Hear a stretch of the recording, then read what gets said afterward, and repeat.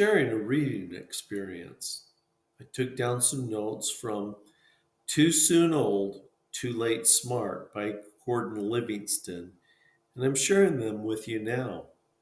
I hope you listen and receive something worthwhile from this. Remember, these are just my notes, not necessarily a report of what the book is about. It may not even be the words or thoughts of the author. Rather, these notes are what I gleaned, or at least what I thought about while reading. These notes are what caught my interest because the ideas expanded my knowledge or made me think, reflect, or ponder in some way. This video might inspire you to read what I did. It's my hope that you'll search from the best books and gain knowledge and ideas to help you to become a better person. The more you read, the better you'll think. And the better you think, the more you will be able to handle life's challenges successfully. Happiness is not simply the absence of despair. Happiness is an affirming state in which we both have meaning and joy. We must live with the desire to change if we want happiness. We will not be what we think, or what we say, or how we feel. We are what we do. We must do what happiness requires to be happy. Feelings will follow our behaviors. To feel right, we must behave right.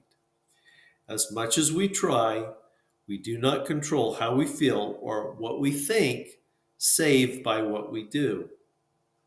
Past behavior is a reliable predictor of the future. This It's always easier to keep doing what we are used to, even if it doesn't work for us. Many are afraid to risk change for happiness. Instead, we choose the bland, the predictable, the repetitive.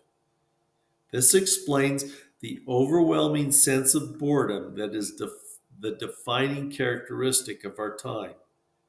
The attempts to overcome this tedium takes the form of entertainment and stimulation that is, in the end, devoid of meaning. In some respects, every pleasure seeking activity is a response to our fear of death. Yet, as Job 3:25 reminds us, whatever we fear overtakes us. What we choose to believe is closely related to what is manifested in our life. In general, we get not what we deserve, but what we expect. The three components of happiness are: one, something meaningful to do; two, someone to love; and three, something to look forward to. The one thing that true love requires of us is the courage to become totally vulnerable to another. In doing so, we risk a relationship being under the control of another who cares the least. Well, it takes two people working hard to create a relationship. It only takes one uncaring person to end it.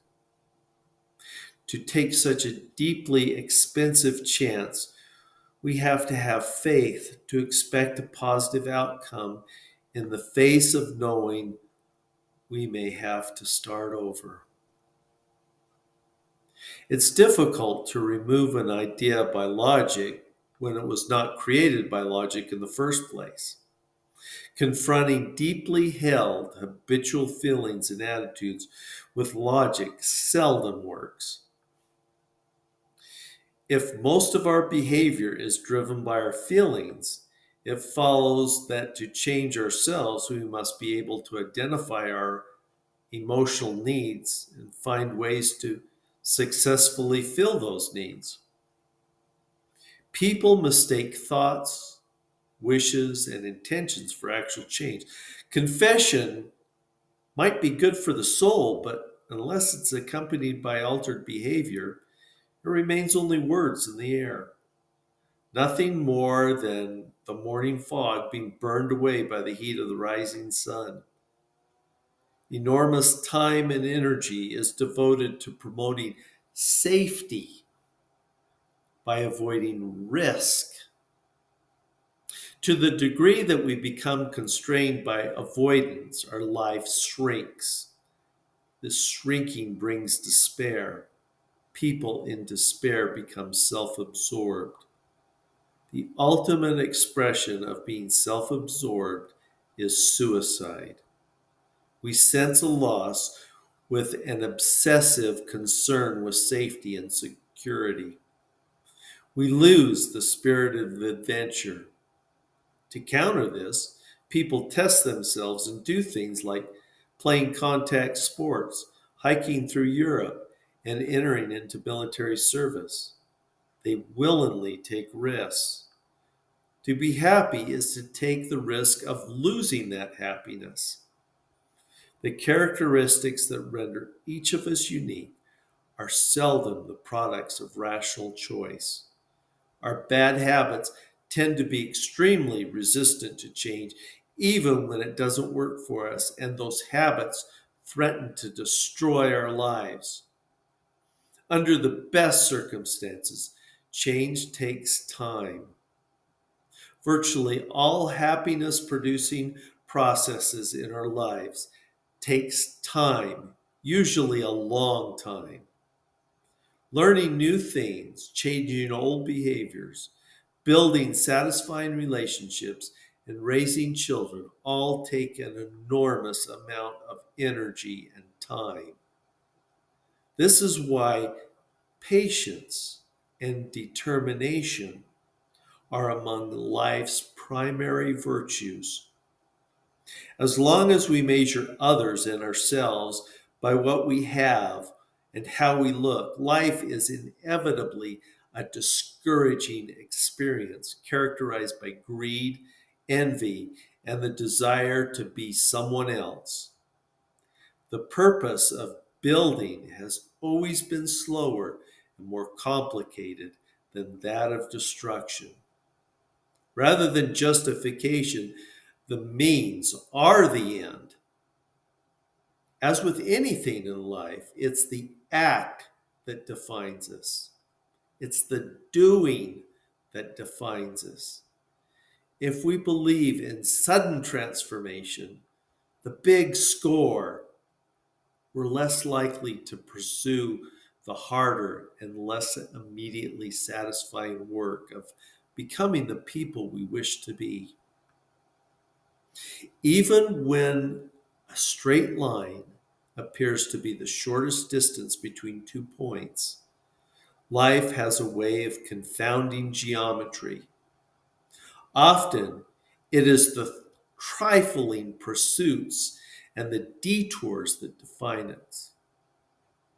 There are no maps to guide our most important searches. We must rely on hope, inspiration, intuition, and the willingness to be surprised. We routinely invoke theories of accidents, coincidence, and forgetfulness to explain behaviors that we do not wish to examine closely. We would rather tell ourselves damaging lies and make ourselves false promises. Good intentions are more than paving stones on the road to hell. They are the distractions from the serious tasks of evaluating who we are and what we really want. Children can be raised successfully under a variety of parental regimes so long as they feel loved and respected. Our primary duty as parents, besides attending to our children's daily needs and emotional welfare, is to convey to them that the world is not perfect, but they can still be happy in it. We can only do this by example. The real secret is selective attention. If we choose to focus our awareness and energy on those things and people that bring us satisfaction, we can be happy. The problem with our longing for the paradises of the past is that it distracts us from our efforts to extract purposeful joy and meaning from the present. Pessimism, like any attitude, contains within it a multitude of self fulfilling prophecies.